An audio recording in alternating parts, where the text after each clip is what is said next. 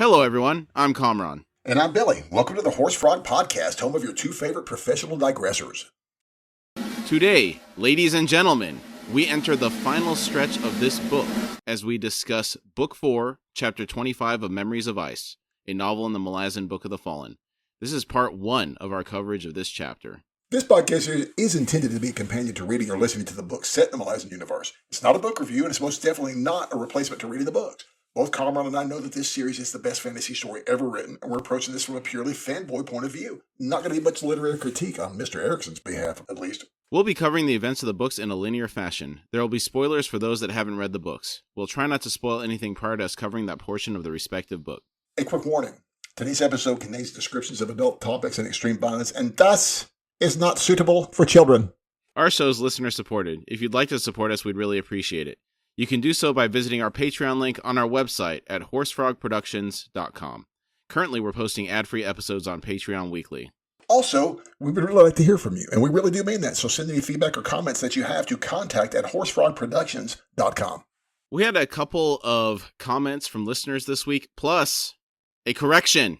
A couple of episodes ago, we were discussing how we thought spellcasting works, and I said I thought it was only channeling. Like, you have to be actively using the magic. You know, like when they say they opened their warren or they channeled their warren. And I realized as I was editing that episode that there are plenty of examples of objects being infused with magic. For example, the Jagut Finest, the Sword Chance, things of that nature. Right. So maybe there are channeling spells and there are one-time cast spells that endure. That sounds probably right. We received a message from a listener in Indiana. I don't think this is Gruntle. I think this is another listener in Indiana. Nice. And this is regarding the topic of whether Hood is in some way amplifying Quickben's power or simply facilitating it. This listener believes it is more of a protective sheathing that allows Quickben to unleash his full power. Okay, nice. So that concept of using Talamandus to protect him and allow him access to the warrens that he normally would. That's good. I can see that. Separately, adjacent to the same topic, Chuck Jackman says, quote, I thought he might be channeling Burn because of his contact after meeting the crippled god earlier in the book, question mark, end quote. So, I'm not sure about that. Given the proximity of Talamandus and him being the magi of death, I suspect it's Hood. Mm-hmm. Burn is asleep. I'm not sure how much she can power up her warren. I'm assuming there must be some witches or mages of tennis out there, but we haven't really seen a lot of evidence that they're actively being bolstered by Burn. The only example of that one, isn't that there in Gardens of the Moon, isn't there that witch in Pale that's with tennis that Quickben talked to? She took a knife by Vorkan. That's when Vorkan came to assassinate Baruch. That was in a different city. This witch lived in Pale, remember? Oh, well, I thought there was the one in the Cabal in Darujistan that was tennis, wasn't she? I think you're right. I believe there was one in Darujistan also that was part of the Cabal. Who are you thinking of from Pale? It was an old woman that Ben went to go see. Oh, yeah, the one sitting outside the wall. Okay, I don't know what level of involvement she has with Burn. That was the beginning of this book. Was that this book? Oh my gosh, okay. Yes. Okay, well then never mind. I'm running it together there. And I think was it Darudan that, let me see, yeah, she is a witch of tennis. Man. Darudan. I actually remember that, yeah. Darudan, wow. You're right. Good job, bro. Hardcore recall on that one. Nicely done. Yeah, she was smoking the water pipe. I couldn't remember her name exactly. Nicely done. Wow. Okay. Nicely done, sir. I guess where I have trouble with thinking that Burn is actively helping him is she's supposed to be asleep, and hitting the earth with the hammer wakes her up. So if she's not actively involved in doing anything because she's sleeping or dreaming, then Hood is actively involved in what's going on. I guess that's why I lean more that direction. All right, now for the correction. This is from Evan. Quote, you guys talked in the beginning of the episode about the Throne of Shadow, but it was my understanding Kellanved's rule over the Imass came from the first throne, which was aspected of Talon. The Throne of Shadow was a separate entity that Kellanved also gained control of through Mianus. At least that's how I understood it. Kellanved was a two-throne kind of guy, end quote. Nice. This is going back to a statement that I made, which was wrong, that Perrin had found the Throne of Shadow on Drift of Valley, because he traveled to it. in this book, relatively Right. recently, last couple chapters. Yes. I was conflating that throne with another throne that actually controls the Talani Mass, and that's called the First Throne. So you have the true Throne of Shadow, which is what Perrin saw on Drifta Valley, and then separately entirely, but also at one point controlled by Kellanved, was the First Throne, which whoever controls that controls the Talani Mass. Okay. Apologies for the misinformation. There is something that happens in a couple books that I confused the location of this particular engagement. Okay. And I thought it was related to the throne that Perrin went to see, and it was not. It was another throne. So I don't want to give too many spoilers away, but I mixed some stuff up, basically. So apologies, Evan. Yeah. Thank you for the correction. You are correct. Yes. Thank you, Evan. All right, we really appreciate everybody reaching out. It means a lot to us, and thank you for listening. Yes, it does. All right, Chapter 25, Part 1. The chapter begins with a quote. There can be no true rendition of betrayal, for the moment hides within itself, sudden, delivering such comprehension that one would surrender his or her own soul to deny all that has come to pass. There can be no true rendition of betrayal, but of that day, Ormulogan's portrayal is the closest to what was true that any mortal could hope to achieve, end quote. And this was by Naabril's commentary on Ormulogan's slaying of Whiskey Jack. I feel like we need a virtual gallery of Ormulogan's paintings. It seems like that would be an awesome VR experience, almost like the Malazan Museum of Historical Artifacts, the history of the Malazan Empire as told by Ormulogan. That'd be pretty sick. Yeah. It would be really good, dude. I would love to see that, and I agree. Because we know that there exists the idea that there's a wagon out there pulling all his crud around for folks to look at, but I want to see it. That would be great. We begin the chapter in Hood's temple in Kapustan. Footsteps in the hallway announced yet another guest. Call had no idea if invited or not, and he pulled his gaze away from the two ancient Wrath counselors kneeling before the burial pit to see a robed figure appear in the doorway. Unmasked, face strangely indistinct. The Knight of Death swung to face the newcomer and grated, "Cruel, my lord welcomes you to his sacred abode." Call thought, "Cruel? Isn't there an old temple in Darujistan, the one with the belfry? Cruel's belfry." Some kind of elder. Call glanced over, met Murillo's eyes, saw the same slow realization writ plain on his friend's features. Call thought, an elder god has entered this chamber. Stands a half-dozen paces away. Beru fend us all, another blood-hungry bastard from antiquity. These guys, particularly Call and Murillo, are having their views on the world pushed so far beyond what they knew previously with this experience. Think about what it would be like for Zeus or some other ancient deity to walk into the room when you're sitting there, you know? And what's bad is that this guy makes Zeus look like a youngster. It's like Zeus is like a child, but it would be intense. Can you imagine? It's horrifying. I mean, you've got to be just terrified of these things. I mean, because the ascendants appear almost god level compared to the man on the street. And these guys have been rolling around with some ascendants for the past several months. And these guys make the ascendants look kind of, paltry, in my opinion. When you got this, it's like, wow, that'd be hard. It'd be hard to swallow. Yeah, it's almost like getting a little nerdy with comic book references. You have kind of like the ground level superhero stuff that happens on the Earth, and then you have some type of cosmic entity like Galactus come over, right?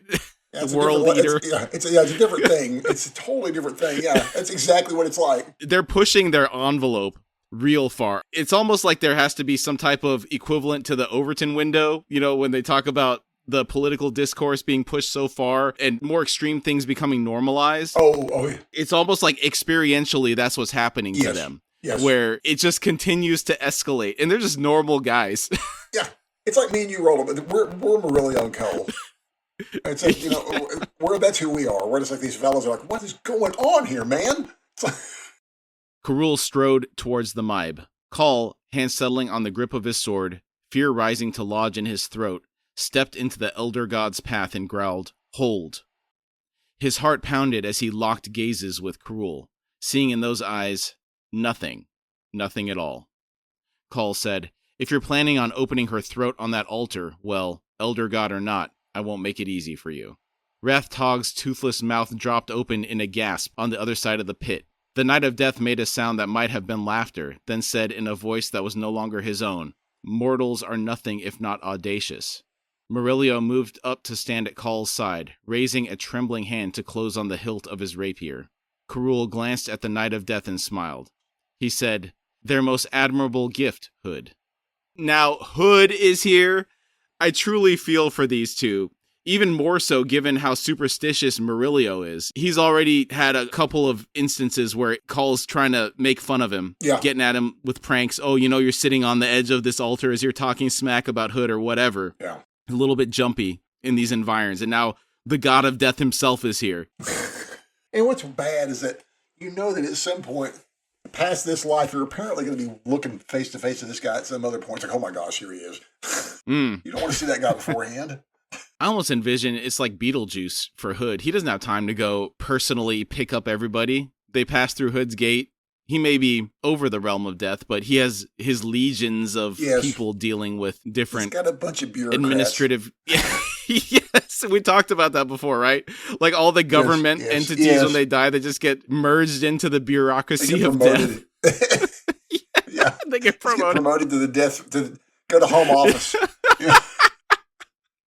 That's great, dude. You're transferring to home office. Hood said, "Until it turns belligerent, perhaps. Then it is best answered by annihilation." Karul said, "Your answer, yes. I have no desire to harm the Maib. Indeed, I am here for her salvation." Murillo snapped, "Well, then maybe you can explain why there's a burial pit in here." Karul said, "That shall become clear in time, I hope. Know this. Something has happened, far to the south. Something unexpected. The consequences are unknown to us all. Nonetheless, the time has come for the Maib." Call demanded, "And what does that mean, precisely?" Karul moved past them and said, "Now she must dream for real." We are taken to the killing field outside of Coral. They were gone from her soul. And with their departure, with what Akovian had done, was doing, all that she had hoped to achieve had been torn down, left in ruins. Silverfox stood motionless, cold with shock. Kalor's brutal attack had revealed yet another truth. The Talan A had abandoned her. A loss that twisted a knife blade into her soul. Once more, betrayal. The dark-hearted slayer of faith. Nightchill's ancient legacy. Tattersail and Bellerdan Skullcrusher both, killed by the machinations of Tashrin, the hand of the Empress. Silverfox thought, and now, Whiskey Jack, the two Marines, my twin shadows for so long, murdered. Stepping into her shoes for a second, she has the scars of betrayal from multiple of the entities within her, and now she's experiencing betrayal again in her current incarnation. That would probably reinforce some pretty dark views on the world, wouldn't you think? I agree. It most assuredly would. This makes me cut her a little more slack in my previous assessment of her. Okay, that's 2 episodes in a row.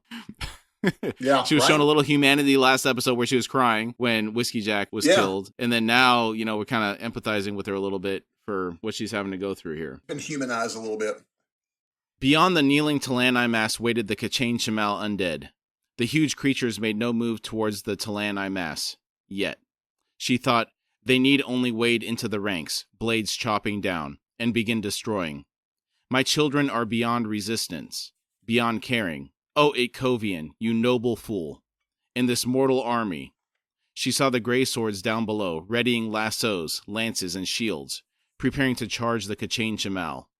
I'll take a moment again to recognize the professionalism of the gray swords. Even with their newly trained forces, they are still taking action in the face of the insurmountable force in front of them. Yeah, these guys, and the way that, the gray swords, and the way that they instill loyalty and discipline is second to none. Is this what the bridge burn? Now, this is not a slight against the bridge burners, because the bridge burners are bomb. But is this how the bridge burners would be if they were a more tightly disciplined unit? The way I look at it, it's a lot like the interviews that I've heard of the special operators that were in the War on Terror versus the standard forces. So if you look at like the Marine Corps, for example, they're very structured. The leadership holds very high standards for the people that are out in the field, the shaving and the way you address your officers and the way you present in uniform, all that kind of stuff, right? Then you have the special operators. They have these beards that aren't in line with the standards that most military units have. They operate differently. Right. I view the bridge burners more as that versus the super structured military that you have to have for a larger force. I get that. That's nicely said. The specialists. It's kind of turned into that. They were at one point a very large force, and I imagine in that scenario, they were probably more disciplined when they had more leadership and several thousand people, but over time it dwindled. Now that we're down to 30 or 40, yeah, it's kind of a little bit. Yeah, and then they became old-timers too. I think we talked about that stuff happened in 7 cities where they became the bridge burners 12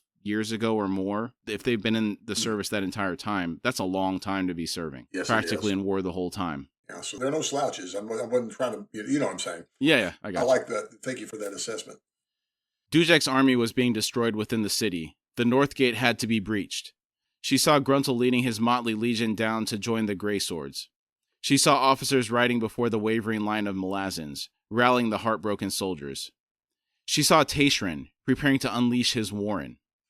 Caladan Brood knelt beside Korlat, High Denul's sorcery and wreathing the Tistandi woman. Orphantal stood behind the warlord. She felt the dragon in his blood, icy hunger, eager to return. Silver Fox thought all for naught. The seer and his demonic condors and the Kachain Chimal will kill them all. She had no choice. She would have to begin, defy the despair, begin all that she had set in motion so long ago. Without hope, she would take the first step on the path. Silver Fox opened the warren of Talon and vanished within. Last week, we discussed how impressed we were with the level of sacrifice Tashrin displayed in using his warren. The skin on his face split open. Yeah. To hear Silver Fox here, seeing him preparing to unleash his warren again, says a lot to me. The situation must be so dire that he's willing to risk dying to defend everyone with his magics.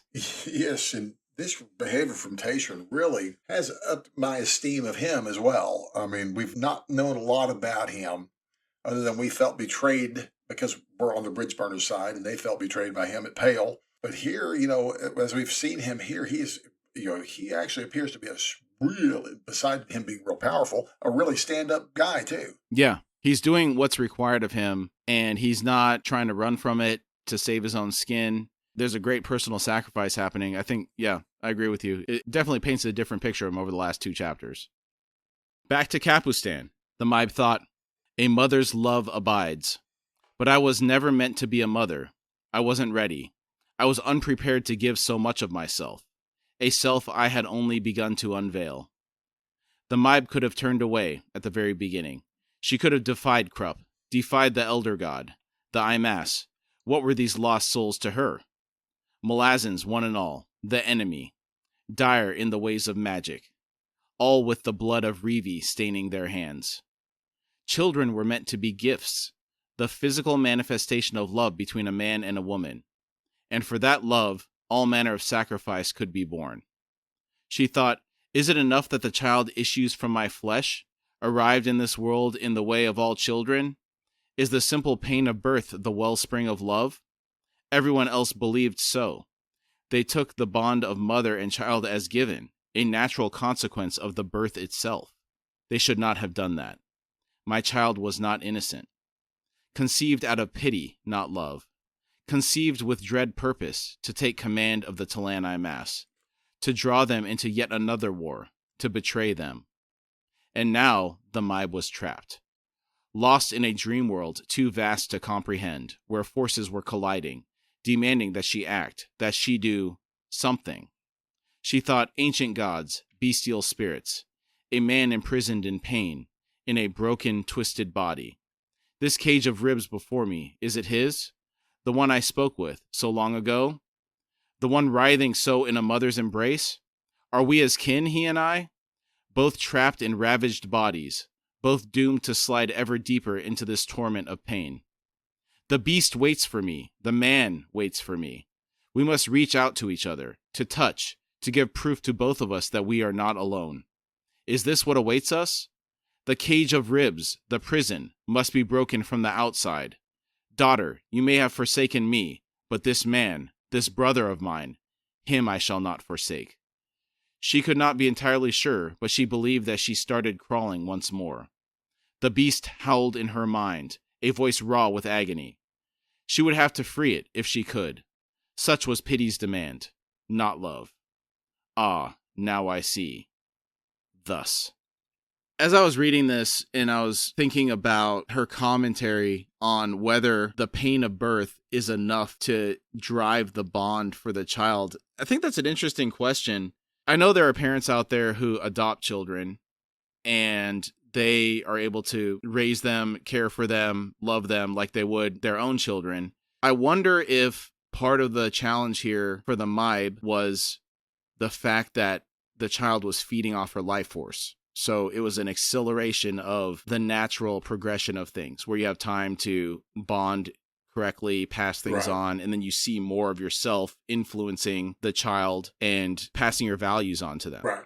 Like how to live your life and things of that nature. What do you think about that? There's a lot to be said for that because, there was really no bonding once Silver Fox was walking and out on her own, it seems like, in this whole book. And I can understand why the mom has always felt like she's felt because she's been stripped of her life and at least not even the daughter doesn't even come and visit her. That would definitely change how you'd feel. It is an interesting concept to say that you're curious if just the fact of giving birth is enough to give you love. We know for a fact that there are people, unfortunately, in this world that do that and don't love people they've given birth to. Mm-hmm. So, yeah, that's an interesting question. People are a mess. I mean, just in general, I was talking we all of us have our problems, Yeah. Well, I was talking to someone today, and especially, like I said, as a believer in particular, I'm wanting to see myself knowing who I am. I can say it's humbling because I feel like if I look who I really am, it's like I'm a pretty bad fellow. The things that pop into my mind when I get angry and all that stuff, I mean, it's not pleasant, and it's things I don't like about being a human. Well, philosophically, though, is it the decision not to act on those thoughts that makes you a good person? Like the fact that you're even recognizing that you don't want to have those thoughts. Sometimes you have reactions to things. Oh, yeah. I think it's a good thing that I'm aware of this. So that doesn't intrinsically make you a bad person, does it? No. It's the choice to not do something with that, right? I guess, you're probably right about that. There is a lot of that. But it's like I say, I don't know. I think you're right. Not acting on that stuff is a big thing. But I think the older I get, the more I like when I don't do it. I like it. I like it less when I screw up. Older I get is what it is, It's like all the time, like, dang, come. Got to stay away from those negative waves, Billy. Yeah, That's all that matters. Hey, you know me. I'm a really positive fella. Because the way I say these things, because if anyone knows me, it's like I'm not a negative person in any way, shape, or form. This is just my honest assessment of myself, and it's just no self-hatred or loathing. I like who I am, but it's like I am aware of all the negative things that I am too. So it's like I'm glad that I'm aware of these things about myself, not in a bad way. Back outside of Coral, he would embrace them. He would take their pain.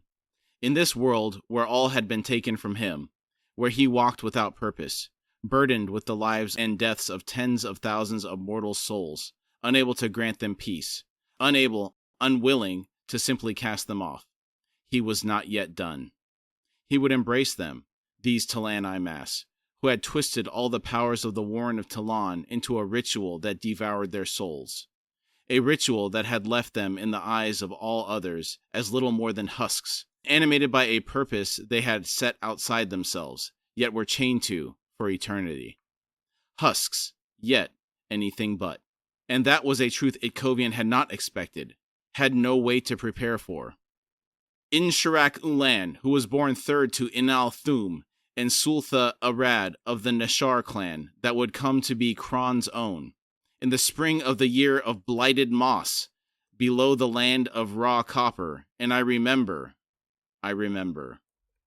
A snow hare, trembling, no more than a dusk shadow's length from my reach, my child's arm and hand stretching, streaks in the white, the promise of summer.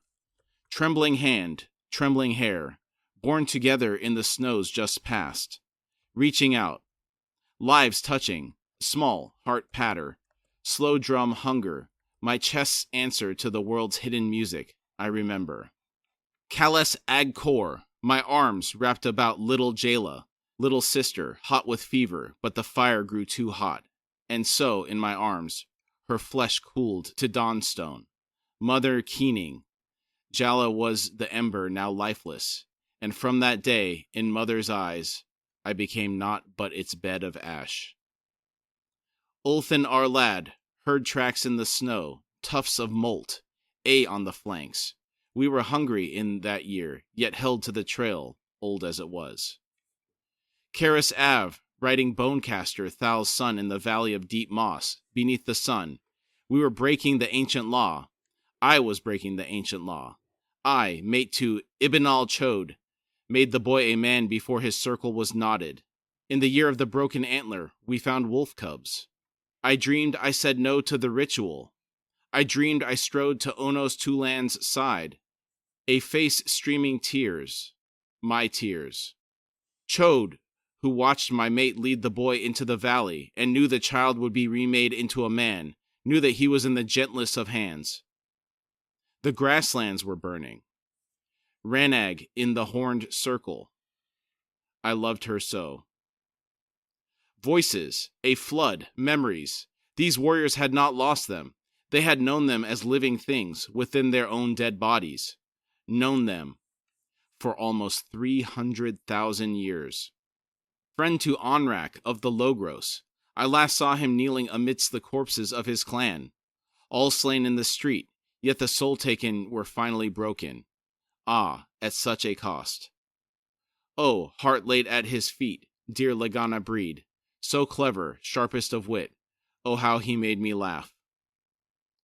Our eyes met, Manus Lot and I, even as the ritual began, its demand, and we saw the fear in each other's eyes, our love, our dreams of more children, to fill the spaces of those we had lost out on the ice, our lives of mingled shadows, our love that must now be surrendered. I, Canig Tall, watched as my hunters hurled their spears.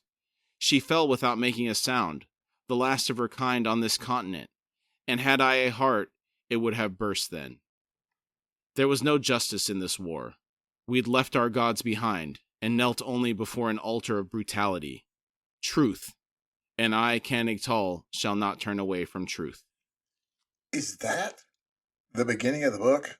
Canig Toll here in his group? You know what's interesting? I interpreted that as they had hunted the last of some type of animal, like an elk or, ranag or whatever it is, but it could very well be the last Jagut on the continent from the prologue.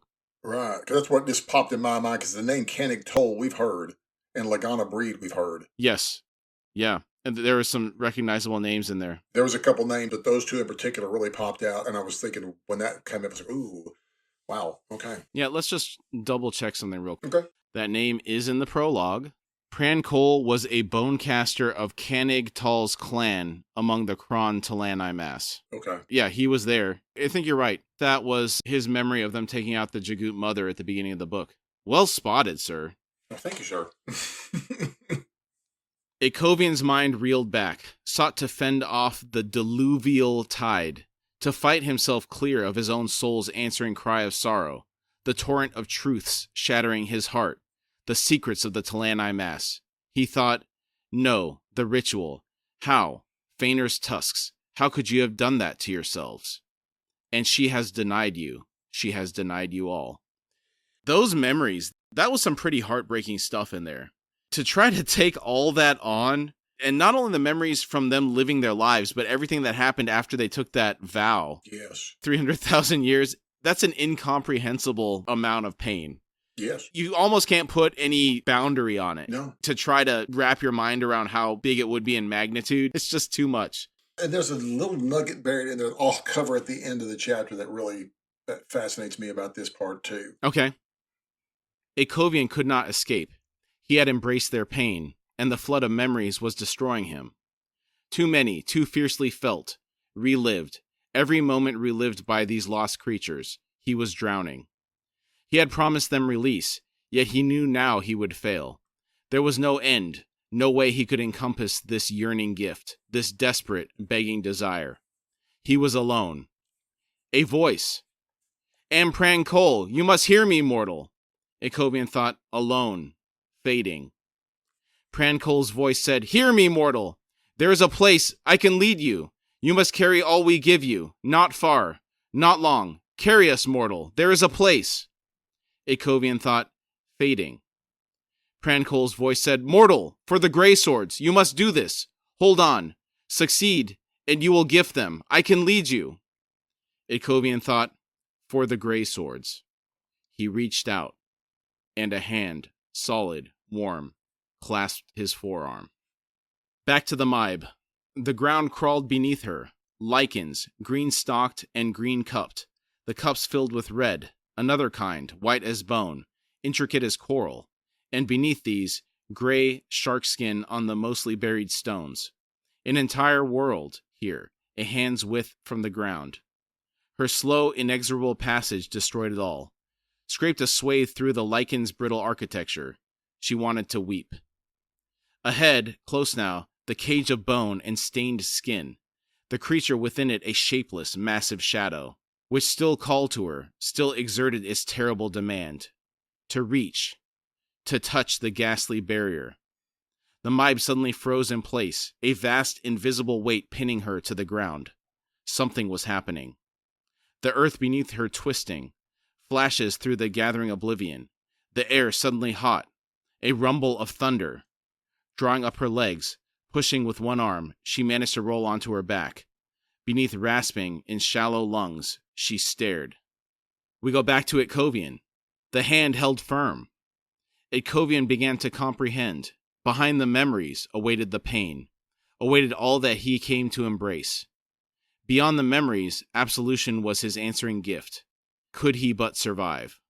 The hand was leading him through a mindscape, yet he strode across it as would a giant, the land distant below him. The voice of Prankol said, "Mortal, shed these memories. Free them to soak the earth in the season's gift. Down to the earth, mortal. Through you, they can return life to a dying, desolate land. Please, you must comprehend. Memories belong in the soil, in stone, in wind. They are the land's unseen meaning, such that touches the souls of all who would look, truly look upon it. Touches, in faintest whisper, old, almost shapeless echoes, to which a mortal life adds its own. Feed this dreamscape, mortal, and know this, we kneel before you, silenced in our hearts by what you offer to us, by what you offer of yourself. You are Akovian, and you would embrace the Talani Mass. Shed these memories. Weep for us, mortal." We're taken back to the Maib. Heaving, churning cloud, where before there had been naught but a formless, colorless, impossibly distant dome. The clouds spreading, tumbling out to fill the entire sky, drawing dark curtains across bruised rainbows. Lightning, crimson-stained, flickered from horizon to horizon. Red lightning's pretty intimidating. Yes, it is. Going all the way across the sky. Yeah, that's very intimidating. She watched the falling, watched the descent. Rain, no, hail. It struck. Drumming roar on the ground, the sound filling her ears, sweeping closer, to pummel her. She screamed, throwing up her hands. Each impact was explosive, something more than simply frozen rain. Lives, ancient, long-forgotten lives, and memories, all raining down. The pain was unbearable. Then cessation. A shadow slipping over her, close, a figure, hunched beneath the trammeling thud of hail.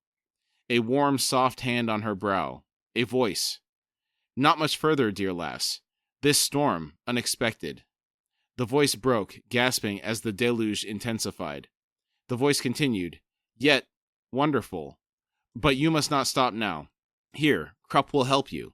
Shielding as much of her from the barrage as he could, he began dragging her forward, closer. That answers the question of why Krupp passed out in the last episode. He needed to be dreaming for this scenario to take place. Yeah, agreed. I copy that. Thank you. He wasn't swooning, standing next to Dan. Yes, yes. Despite outward appearances. Silver Fox wandered, lost, half blinded by the tears that streamed without surcease. What she had begun as a child on a long-forgotten barrow outside the city of Pale, what she had begun so long ago, now seemed pathetic. She had denied the Talan Imass, denied the Talan A, but only for a time, or so had been her intent. A brief time in which she would work to fashion the world that awaited them. The spirits that she had gathered, spirits who would serve that ancient people, become their gods. She had meant them to bring healing to the Talan Imass, to their long bereft souls. A world where her mother was young once more. A dream world, gift of Karul, gift of the Daru, Krupp. Gift of love in answer to all she had taken from her mother. Have to pause here. Mhm. I would ask her, why didn't you say something? Agreed. And this goes to the point in the Doctor Strangelove movie where, the Doomsday Machine scenario, you know about that? Refresh my memory. We are sitting around the war room and we're talking about a doomsday device. We've bombed Russia accidentally. We're waiting for them for the retaliation. But what has happened is that they apparently have a doomsday machine, which they've never told anyone about, by the way. And the problem is, Dr. Strangelove points out the fact that, the whole point of the doomsday machine is lost if you keep it a secret. The idea of the doomsday machine is to scare everyone into not doing anything so that the doomsday device does not get activated. So it's kind of very much like this, you left out the crucial bit of stuff there. I'm curious if the Talan Imass, in their mind, may have felt the same way that the poor Maib feels all this time. Yes, it had to hurt when she denied them. Yes. So, and it was just a little communication. That's all it takes. Yes. Few words. Yeah. To your point, communication goes a long way. If she would have just said, I need you to wait some seconds, trust me. Yeah. Maybe this could have been averted. Yes. Agreed. I think that's why it pisses me off so bad. It's just timing. It's just a timing issue. It's like, time, come. And that's life. Erikson captures that so masterfully, and that's why his books hurt sometimes. Sometimes the timing is off, and it just sucks. Yeah, and going back to that scenario, what we failed to recognize at that point in time was that this person, Silver Fox, is pretty young and feels abandoned, and so she's angry and she's lashing out. That's why that scenario went the way it did. Maybe she didn't think to tell them, look, I have a plan, just give me a little bit. Yeah. We're going to get there. You've been waiting 300,000 years. Give me a little bit more time. How long did that take you to say that, dude? 20 seconds. Not even 20 seconds. It wasn't even 10 seconds. You're like, hey, listen, dude, trust me. I've got you. I've got you covered. She was mad. Didn't think of it. Yeah. Her thoughts continued, but the Talan A had turned away, were silent to her desperate call. And now Whiskey Jack was dead. 2 Marines, 2 women whose solid presence she had come to depend on more than they could ever have realized. 2 Marines killed defending her. Whiskey Jack. All that was Tattersail keened with inconsolable grief. She had turned from him as well, yet he had stepped into Calor's path. He had done that, for he remained the man he had always been. I can see how that one's a hard one for her to stomach. The guilt would be terrible. Yeah, that would be very overwhelming. And now, lost too, were the Talan Imass. The man, Itkovian, the mortal, shield anvil without a god, who had taken into himself the slain thousands of Kapustan, he had opened his arms. She thought, you cannot embrace the pain of the Talan Imass. Were your god still with you, he would have refused your thought. You cannot. They are too much. And you are but one man, alone. You cannot take their burden. It is impossible. Heartbreakingly brave, but impossible. Ah, Itkovian. Courage had defeated her, but not her own, which had never been strong. No, the courage of those around her. On all sides, Call and Murillo, with their misguided honor, who had stolen her mother and were no doubt guarding her even now, as she slowly died. Whiskey Jack and the 2 Marines, Itkovian, and even Tashrin, who had torn himself, badly, unleashing his warren to drive Calor away. Such extraordinary, tragically misguided courage. She thought, I am Nightchill, Elder Goddess. I am Bellerdan, Thelamon's Skullcrusher. I am Tattersail, who was once mortal. And I am Silver Fox, flesh and blood bonecaster, summoner of the Talan. And I have been defeated by mortals. The sky heaved over her. She looked up, eyes widening in disbelief. I don't like the mental framing of this here, being defeated by the courage of those around her is not the right way to take this. I know she's in a depressive doom spiral right now and emotionally fragile, but how could you look at what all those people did and not be inspired to rise to the occasion? This is why it's important to surround yourself with people that inspire you to do better and achieve at their level. Growth is hard, but turning your back on an opportunity like this will see you stagnate and then probably regret it later. Yeah. And I imagine it's probably pretty hard for her due to the crushing guilt and the aforementioned Silver Fox guilt dialogue a few paragraphs back. Why it's so hard for her to process and deal with this. And it's a shame that she's missed her opportunity here. Something that was mentioned that just popped in my brain all of a sudden. Tayshrin, am I not mistaken, Tayshrin's a pretty powerful son of a gun. I mean, he took on Animander Rake, correct? In Pale, right? Yes. And he was backed up by some mages. Yes. He used all his power to run off Calor. He hurt himself running Calor away. Golly, Calor's tough.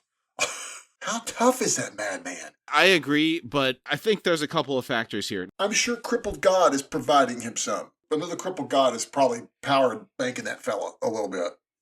Correct, but also I think Tayshrin couldn't fully unleash because he had to hold back to a certain degree so he wouldn't kill himself. Because while he did make a great personal sacrifice, the poison, he probably was able to mitigate it a little bit by not going all out. Okay. I suspect that's what's going on. So it's a combination of Calor getting charged up and then Tayshrin holding back a little bit. Okay. I don't think Calor in that form was as strong or stronger than what Animander Rake is capable of. I think he was just souped up a little bit in that moment. Okay. That's kind of what I'm thinking too, because I know he couldn't take on Rake, but the fact that he's tougher than Tayshrin there, or appears to be, I've been looking for some kind of indication on power levels of Calor, is what I've been wanting, is I guess what I'm getting. I say, wow. Did we kind of have it thrown out there? Since he's not a mage himself, I don't know that we ever get a full understanding of how powerful he is when compared to sorceress stuff. Yeah, that's a fair point. So far, at least, we've only seen him in hand-to-hand combat type scenarios. Right. There was one other thing that I wanted to say about the way Silver Fox is processing this. Shutting down here would ensure that the sacrifices made by these people were for nothing. And that's not how you honor what they did for you. Agreed wholeheartedly. We go somewhere else. The wolf thrashed, battered against the bone bars of its cage. Its cage. He thought, my ribs, trapped, dying. And that is a pain I share. His chest was on fire, blossoms of intense agony lashing into him as if arriving from somewhere outside. A storm, blistering the skin covering his ribs. Yet it grew no stronger. Indeed, seemed to fade, as if with each wounding something was imparted to him. A gift. He thought, gift? This pain? How?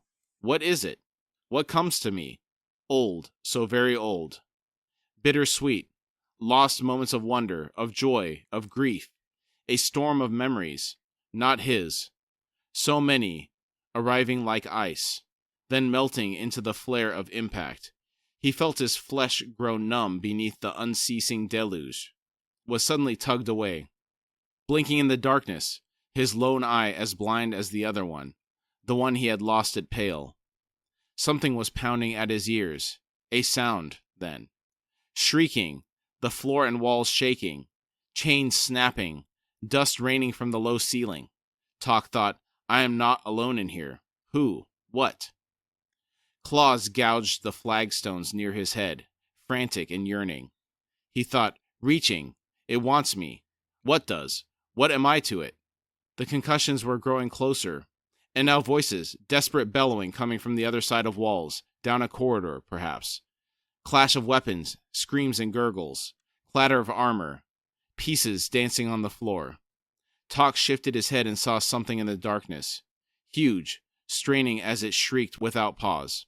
Massive, taloned hands stretched imploringly, reaching out. He thought, for me. Man, he's really lost his mind, hasn't he? Can't even remember who he is. Yeah, this is awful. It is hard to see.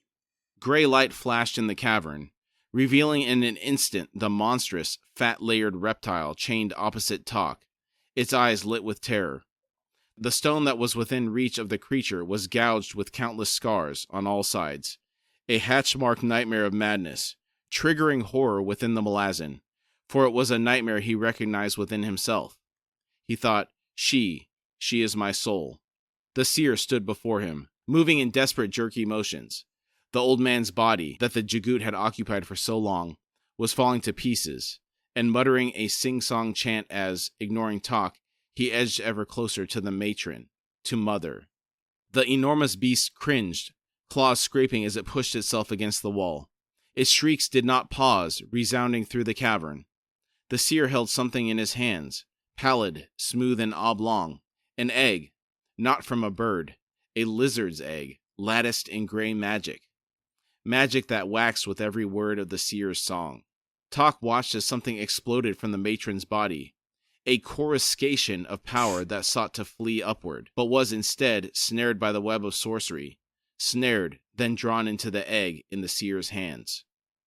The matron's shrieking suddenly ceased. The creature settled back with a mindless whimper. In the numbing silence within the cavern, Tok could now hear more clearly the sounds of battle in the corridor beyond. Close and closing. The seer, clutching the finest, spun to stare down at Tok. The Jagut's smile split the corpse's desiccated lips. He whispered, "We shall return." The sorcery blossomed once more. Then, as heavy chains clattered freely to the floor, darkness returned, and Tok knew that he was alone within the cavern. The seer had taken Mother's power, and then he had taken her as well. That's a typical bad guy escape right there. Yeah, it's a Bond villain escape.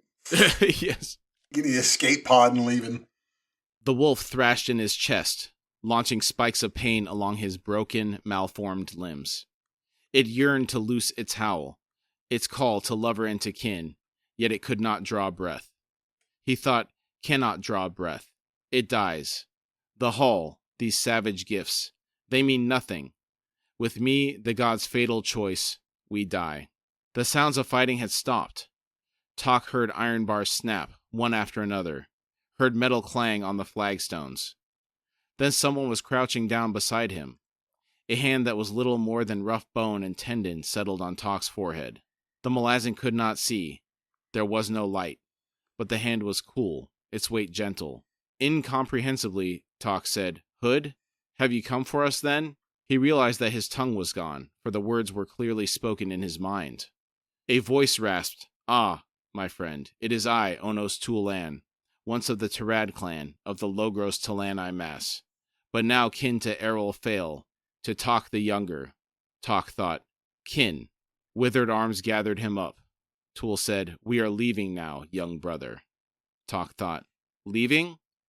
That has to be hard for Tool to find Tok suffering in such an extreme manner. Oh, yeah. First off, this appears to be one of the first people that have actually befriended an IMAS that we know of the past 300,000 years. And he made some kind of bond with this guy by teaching him in the beginning of the book how to make the arrows and how to do things like the IMAS did. And so there was a bond formed there. And then to see him in this shape, man, dude, he broke into this castle to get this old boy. That says a lot. And he punched his way through. Remember, he kicked that Shemaine Jamal through the wall. He just busted him up. Yes. I love that. To come get this old boy. He was mad. He came running like Superman for this fella. It's awesome. I just have this vision of like a King Leonidas Spartan kick to the chest on a Kamraun Jamal right through that wall. Exactly, dude. It's beautiful. That's how I see it too. Absolutely. It's beautiful. Sparta. Elsewhere in Coral, Picker eyed the breach. The bravado that had been behind her proclamation that they would follow the Talani Mass into the keep had not survived a sudden return to caution once they came within sight of the fortress. It was under assault, and whatever enemy had stormed into the keep had kicked hard the hornet nest. Kamraun Jamal were thundering back through the compound gate. Sorcerer's detonations shook the entire structure.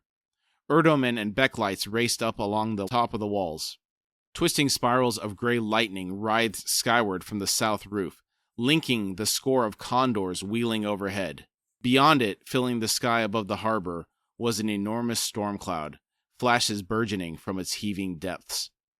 The forces returning to the keep to fend off Tool's assault are bad enough, but what stuck out to me here is the sorcery, This sorceress network joining all those forsaken condors together, 20 of them, sounds like an escalation. The 3 condors taking out several thousand Black Maranth and Malazan forces was already a large amount of power unleashed.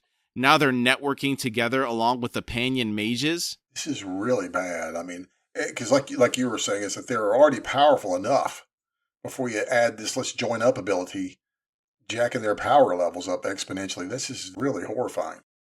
Picker glanced back at her paltry squads. They'd lost the 3 badly wounded soldiers as she had expected. Not one of the bridge burners crouching in the smoke-hazed street had been spared. She saw far too much blood on the soot-smeared uniforms behind her. To the northwest, the sound of battle continued, drawing no closer. Picker knew that Dujek would have sought to reach the keep, if at all possible. From what she could hear, however, he was being pushed back, street by street. The gambit had failed. She thought, leaving us on our own. Behind her, a soldier hissed, "Kachain Shamal, coming up behind us!" Picker muttered, "Well, that settles it then. Double time to Hedge's breach." The bridge burners sprinted across the rubble-littered street. Blend was the first to complete her scramble over the tower's wreckage. Immediately beyond was a shattered building, 3 walls and a half of the roof remaining. Within lay dusty darkness, and what might be a doorway far to the left of the room's far wall. 2 steps behind Blend, Picker leapt clear of the tumbled stone blocks to land skidding on the room's floor, colliding with a cursing, backpedaling Blend. Feet tangling, the 2 women fell. Picker said, "Damn it, Blend!" Blend interrupted, "Guards!"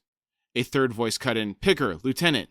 As her bridge burners gathered behind her, Picker sat up to see Hedge, Blue Pearl, and 7 additional bridge burners, the ones who had taken crossbows to the top of the wall and had survived the consequences, emerge from the shadows. Hedge said, "We tried getting back to you." As she clambered to her feet, Picker cut in, "Never mind, Hedge. You played it right, soldier. Trust me." Hedge was holding a cusser in one hand, which he raised with a grin. He said, "Held one back." Picker interrupted, "Did a Talan Imask come through here?"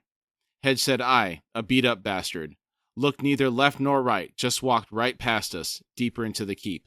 A bridge burner to the rear shouted, "We got that Kachain Shamal coming up behind us." Hedge squealed, "Through the door back there! Clear the way, idiots! I've been waiting for this." Picker began shoving her soldiers towards the back wall. Hedge scrambled back towards the breach. The following events were a tumble in Picker's mind. Blend gripped her arm and bodily threw her towards the doorway, where her soldiers were plunging through into whatever lay beyond. Picker swore, but Blend's hands were suddenly on her back, pushing her face first through the portal. Picker twisted with a snarl and saw over Blend's shoulder. The Kachain Shamal seemed to flow as it raced over the rubble, blades lifting. Hedge looked up to find himself 4 paces away from the charging reptile. Picker heard him grunt, a muted, momentary sound. The sapper threw the cusser straight down. The Kachain Shamal was already swinging 2 huge blades descending. The explosion beat them clean. Blend and Picker were thrown through the doorway. The lieutenant's head snapped back to the thudding, staccato impact of flying stones against her helm and the lowered visor and cheek guards. Those that made it past lanced fire into her face, filled her nose and mouth with blood. Deafened, she reeled back through the clouds of dust and smoke. Voices were screaming, issuing from what seemed very far away, then swiftly closing to surround her. Stones falling, a crossbeam of tarred wood, raging with flames, sweeping down, ending with a solid thud and crunch of bones. A death groan amidst the chaos, so close to Picker that she wondered if it wasn't her own. Hands gripped her once again, pulled her round, propelled her down what seemed to be a corridor. A tunnel of smoke and dust, no air, the pounding of boots, blind collisions, curses, darkness that suddenly dissipated. Picker stumbled into the midst of her soldiers, spitting blood, coughing. Around them, a room littered with dead Becklights, another door opposite that looked to have been shattered with a single punch. A lone lantern swung wildly from a hook above them. Someone grunted, "Look! A dog's been chewing on the lieutenant's chin."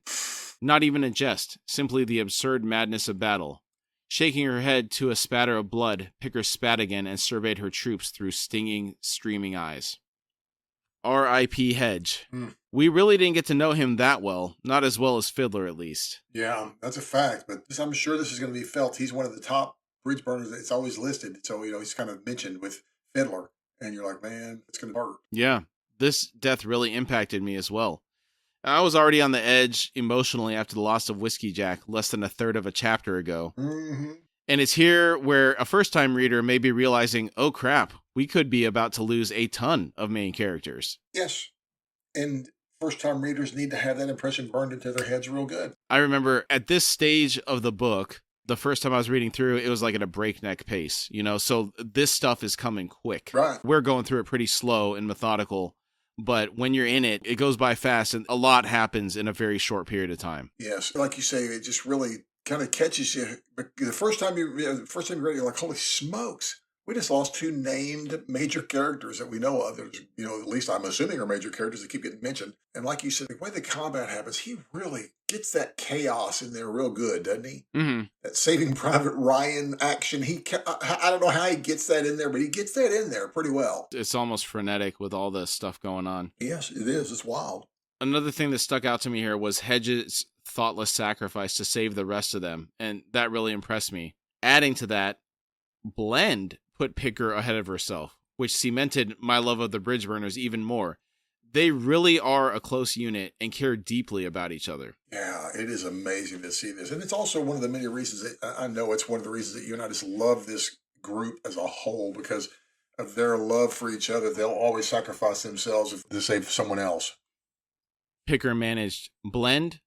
The name came out mangled but understandable. Silence. Picker commanded, Buckland, back into the corridor. Find her. The 12th Squad's sergeant was back a moment later, dragging a blood-drenched body through the doorway. He said, she's breathing, Hood knows how. Her back's full of stones and shards. Picker dropped to her knees beside her friend and mumbled, you damned idiot. Beside her, Buckland grumbled, we should have had Mallet with us. Picker thought, not the only mistake in this fouled-up game. A woman's voice cried out, oh, you are not Panions. Weapons swung to the doorway. A woman in a blindingly white talaba stood there, her long black hair shimmering, impossibly clean, perfectly combed. Veiled, stunningly beautiful eyes studied them. She asked, have you, by any chance, seen 3 masked warriors? They should have passed this way, looking for the throne room, assuming there is one, that is. You might have heard some fighting. Buckland growled, no, I mean yes, we've heard fighting. Everywhere, ma'am, that is. Picker sighed and said, shut up. To the woman, who we know as Lady Envy, she said, no, we ain't seen no 3 masked warriors. Lady Envy asked, what of a Talani mass? Picker said, as a matter of fact, yeah. Lady Envy exclaimed, excellent. Tell me, does she still have all those swords impaling her? I can't imagine she'd leave. Picker demanded, what swords? Besides, it was male, I think. Another soldier said, it was, then reddened as her comrades swung to her with broad grins. Lady Envy asked, a male Talani mass? She raised a finger to her full lips, then smiled and exclaimed, why, that would be Tool. Excellent. The smile vanished, and she said, unless, of course, Mock finds him. Picker demanded, who are you? Lady Envy said, you know, dear, it's growing increasingly difficult to understand what you are saying through all that blood and such. I believe you're Malazans, yes? Unwitting allies. But you are also terribly injured. I have an idea, a wonderful idea. As are all of my ideas, of course. Wonderful, that is. We are here, you see, to effect the rescue of one Talk the Younger, a soldier of... Picker interrupted. Talk the Younger? Talk? But he's... Lady Envy cut in. A prisoner of the seer, alas. A distressing fact. And I dislike being distressed. It irritates me, immeasurably. Now, as I was saying, I have an idea. Assist me in this rescue, and I will heal those of you who need healing, which seems to be all of you. Picker gestured down to Blend and said, deal, start with her. As Lady Envy stepped into the room, Buckland shouted and scrabbled back from the doorway. Picker looked up.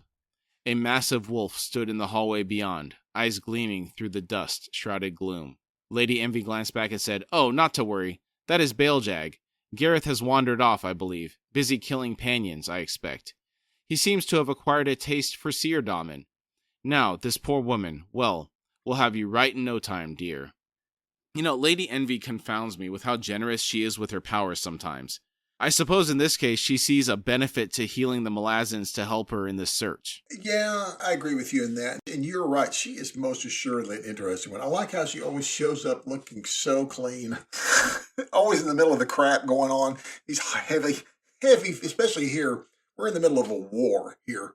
And she shows up all clean. You know, I love how she's using her magic to just keep herself clean. Yeah. All right, we're going to stop here, and we will pick up the chapter where we left off next week.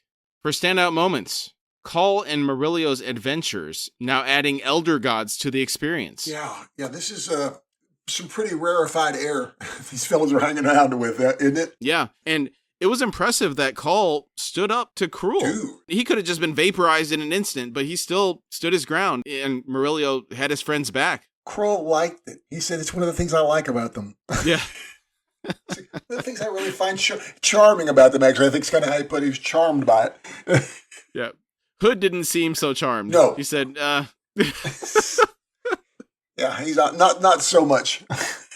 I was impressed with the continued display of professionalism from the Grey Swords. Dude. It's truly impressive. I love seeing this. And and so they've been training kind of on the go, on the march, and they are already ready, without question, ready to take on some Kachin Mali. It's like, dude, I'm impressed, man. Way to go, folks. Yeah, ex-Tenniscowry.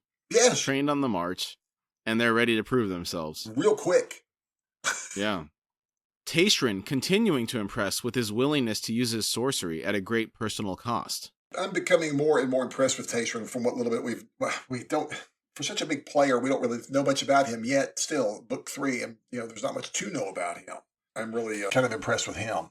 Another thing that I was impressed with is well, I say impressed, it kind of strikes me as odd, is that if I'm understanding this right, and I think I am, is like the Talani amassed do not appear to be dead, just preserved by the ritual. Yeah, you said this earlier. I don't know if we've covered that or not, but that's like, wow, that's still sad. You had mentioned that before, that they just continued. Yeah, that's awful. I think I'd rather be dead and reanimated than just continue. Continuing. Yes. As your body's dying, you continue. It just continues to wither, and you're just like, I'm just going to keep going. Yeah, just go into a dehydrator. Yeah. Turn in some beef jerky. Sorry, this sweet hot. Some sweet hot Talani ass jerky. The flood of sad memories that Ekovian experienced from the Talani mess. That was a lot to take in, and it was sad. Very sad. Oh, yeah, and they're just giving us just a quick taste of it, Just it's like there's tens of thousands of these guys with hundreds of thousands of years. That's millions of years of pain. Yeah, and the crazy thing is most of that seemed to be from when they were alive. So think about after that. Oh, yeah. The chubby rain of Talani mass memories falling in Krupp's dreamland to feed the earth. Oh, I'm sorry, dude. You sank my battleship with the chubby rain reference, man. It's like,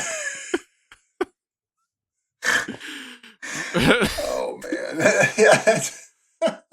For those of you that haven't seen Bowfinger, go watch it. Hilarious movie. It's amazing, man. It still holds up. We watched it the other day. Yeah, I've seen it not that long ago. It's amazing. It's great. It gets better. I think it gets better with viewings. Oh, as a matter of fact, oh my gosh, Terrence Stamp died today. He's the guy that runs the Mindhead group. No way. Yes, Terrence Stamp died, man. He was General Zod in Superman 2. Yes. Where I first became aware of him separately was a noir movie in the late 90s with Peter Fonda called The Limey. His daughter is killed. He's let out of prison early. And so he comes to America to get his revenge. It's great stuff, dude. And then he's also in the Star Wars franchise. I couldn't think of what else he had been in, but then it's like Mindhead. Oh my gosh, I completely forgot about him being in Mind. He's the mind. Keep it together. Keep it together. Yeah. Can you keep it together? Can you keep it together? Keep it together. Keep it together. And he was old too. He was 89. Man, that's too bad. Another thing is, Memories of Ice has been used a couple of times in this book, but I think quite literally it was Memories of Ice this time as this rain was falling, because it was the memories and they were ice hitting the ground. So a couple different usages of Memories of Ice. Then it was really heavy in this one. Yeah, he was hitting it hard in this book. I had originally had a question about this, but I think on the reread today during the episode, I kind of changed my thoughts on it. I did too. I was going to ask whether they planned on the rain for the memories all along, or whether that was something that Ekovian brought randomly. Right. I think it was indicated by both Karul and Silver Fox that it was unexpected. They had a plan for something. Yes. But this kind of changed it up a little bit. Yes, that was what I was going to say too, is that upon first going through this, I'm like you, I could see that being part of the plan all along, except that Kroll specifically said something in that meeting There's like, oh, something unexpected had happened that he felt happening. So it's like, oh, okay, so I don't think you saw that coming. Okay, good. He was pleasantly surprised, it seemed too. Mm-hmm. Tool finally finding Talk. It's been a while. It's an unfortunate condition that he finds him in, but it's good to have that reunion. It's about dadgum time, and it sounds like Talk has chewed his tongue off, dude. You think that's what happened? Said he had no tongue. I think so. Ugh, it's terrible. That's awful. This one hit me pretty hard. Hedges sacrificed to save his squad. Yeah, that's all I can say is, yeah, wow. I was unprepared for that. You know, the problem with the Whiskey Jack thing, that's been forecast through the whole book. We've seen that coming. This one really caught me by surprise, especially so quick after the death of Whiskey Jack. It was like snapping your fingers. He turns around, throws that thing down. I do wonder if sappers all have that plan where they hold the cusser back. I think they do. I'm going. We're Look going. What happened to Talk? I'm going too. I'm not going to be captured or killed by these things. I'm going. And I was impressed that Blend, for all that she does, where she gets out of stuff and hides and all that, she put Picker before herself. She's a bridge burner, man. They'll lay their life down for their friends. Or not even for their friends. They're soldiers. They're good soldiers. Yeah, I think they have a special relationship as well. But still, it's touching to see her care about somebody else. It is. It's very touching to see because she appears so apathetic. Yep. And then the remains of Picker's unit luckily getting healed by a self-serving Lady Envy. That's quite the stroke of luck after all the bad luck they've had. It's like running into the 1-up. Going to the checkpoint. Yeah, you get to the checkpoint. You just made it to the checkpoint. We lost some folks on the way to the checkpoint, but we're at least at the checkpoint. Yes. Oh, wow. All right, great job tonight, Billy. Hey, man, good job. Great job. You got any final thoughts before you drop off here? Hey, what a start to this chapter, man. 2 chapters and 2 major character deaths. You know, this is getting pretty hairy, man. It's getting pretty rough. I don't know if we lose anyone else in this, but if we're going to do this, the odds are pretty strong we can lose somebody else. This is a long chapter, and the stakes are very high. Yes. It's a long chapter. It is. I think we're 91% of the way through the book. So yes. I had told Derek I thought this was going to be a 5-parter. I think that's out the window. It might be like a 7-parter to get through this chapter. It might be. Especially at the pace we're going. Yeah. It was nice to see the culmination of the Mybe Talk, Akovian, whatever this dreamscape is that they're forming. Finally, we've gotten out of the dreamy thing and we're into, okay, what does the entire picture look like? Yes. Those dream sequences are always hard for me to get through, so I like to see the end result. We're now to the plan. Yes. All right, thanks, everybody. We'll see you next week. We'll see y'all next week. We thank you all for joining us today. Again, we really like to thank you for taking the time to be with us, and we've had a really great time talking about the topic today. If you would like to support our show, you can find us at horsefrogproductions.com, where you can find our Patreon link. Depending on the platform you're listening from, it may also be in the episode description. And if you'd like to contact us through email, it's at contact@horsefrogproductions.com.